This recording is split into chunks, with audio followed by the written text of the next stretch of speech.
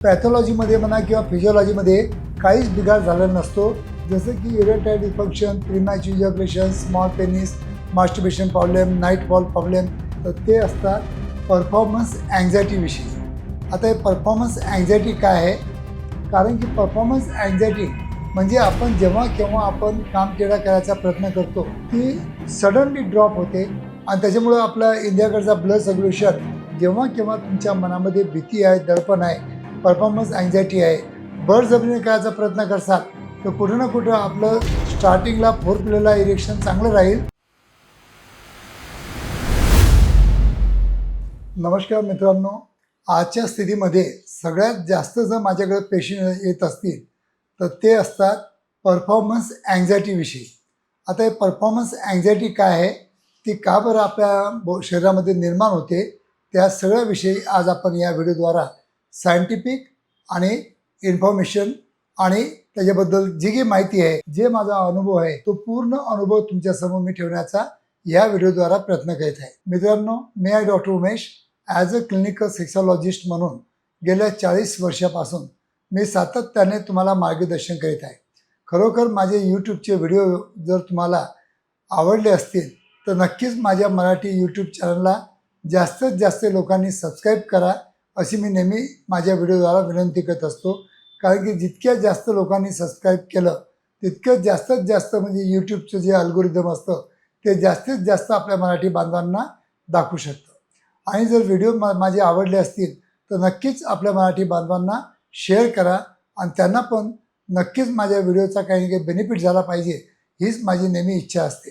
तर मित्रांनो, आजचा जो आपला विषय आहे की आमच्या क्षेत्रामध्ये जसं की erectile dysfunction, premature ejaculation, small penis, masturbation problem, nightfall problem, ह्या प्रॉब्लेमविषयी तुम्हाला नेहमी काही ना काही मी तुम्हाला सांगत असतो किंवा व्हिडिओ बनवत असतो. पण आजचा जो आपला व्हिडिओ आहे तो आहे परफॉर्मन्स अँझायटीबद्दल.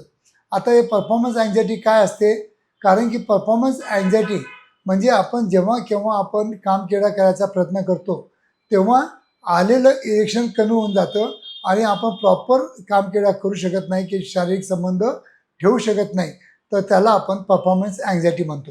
कारण की नेमकंच त्यावेळेला काय होतं की आपल्या माइंडमध्ये काहीतरी निगेटिव्ह थॉट येतात किंवा भीती असते किंवा दडपण असतं आणि त्याच्यामुळं काय असतं की आपली जी हार्मोनल लेवल असते ती सडनली ड्रॉप होते आणि त्याच्यामुळं आपला इंडियाकडचा ब्लड सर्क्युलेशन जो आलेला म्हणजे ब्लड फ्लो आलेला असतो तो कमी होतो आणि आपल्याला इंडियातली ताठरता कमी होताना दिसून येते. आणि ही खूप कॉमन समस्या आहे. याचे खूप कॉमन पेशंट माझ्या क्लिनिकला येतात आणि खरोखर तुम्हाला सांगतो, अशा परफॉर्मन्स अँझायटीसाठी जर तुम्ही व्हायग्रासारखं औषध घेत असाल तर नक्कीच तुम्ही चुकीचं करत आहात. कारण की व्हायग्रासारख्या औषधी हे टेम्पररी तुम्हाला रिझल्ट देतील पण तुम्हाला कायमची सवय लावून टाकतील. तर तसं न करता जेव्हा केव्हा तुमच्या मनामध्ये भीती आहे, दडपण आहे, परफॉर्मन्स अँझायटी आहे, तर नक्कीच त्याच्यावर तुम्हाला घरच्या घरी उपचार करायचा असेल तर प्राणायाम आणि योगा करणं अत्यंत गरजेचं असतं. एक दुसरी गोष्ट, जेव्हा केव्हा आपण कामकिर्याची तयारी करतो तेव्हा जर आपला मूड नसेल तर एकदम म्हणजे ओपनली चर्चा करून आपल्या पार्टनरबरोबर तिला सांगून द्यायचं की आज माझा मूड नाही आहे, आज मी करणार नाही. बळजबरीने करायचा प्रयत्न करसाल तर कुठं ना कुठं आपलं स्टार्टिंगला फोरप्लेला इरेक्शन चांगलं राहील, पण जेव्हा तुम्ही प्रॉपर म्हणजे कामकिर्या करता किंवा शारीरिक संबंध ठेवता तेव्हा ते इरेक्शन राहणार नाही. आणि त्याच्यामुळे काय होतं की पार्टनरला प्रॉपर सॅटिस्फॅक्शन मिळत नाही आणि पार्टनर सॅटिस्फॅक्शन झाली नाही तर आपल्यावर चिडचिडपणा करू शकते आणि त्याच्यामुळं कुठं ना कुठं आपल्या नात्यामध्ये थोडंसं म्हणजे बिघाड होऊ शकतो.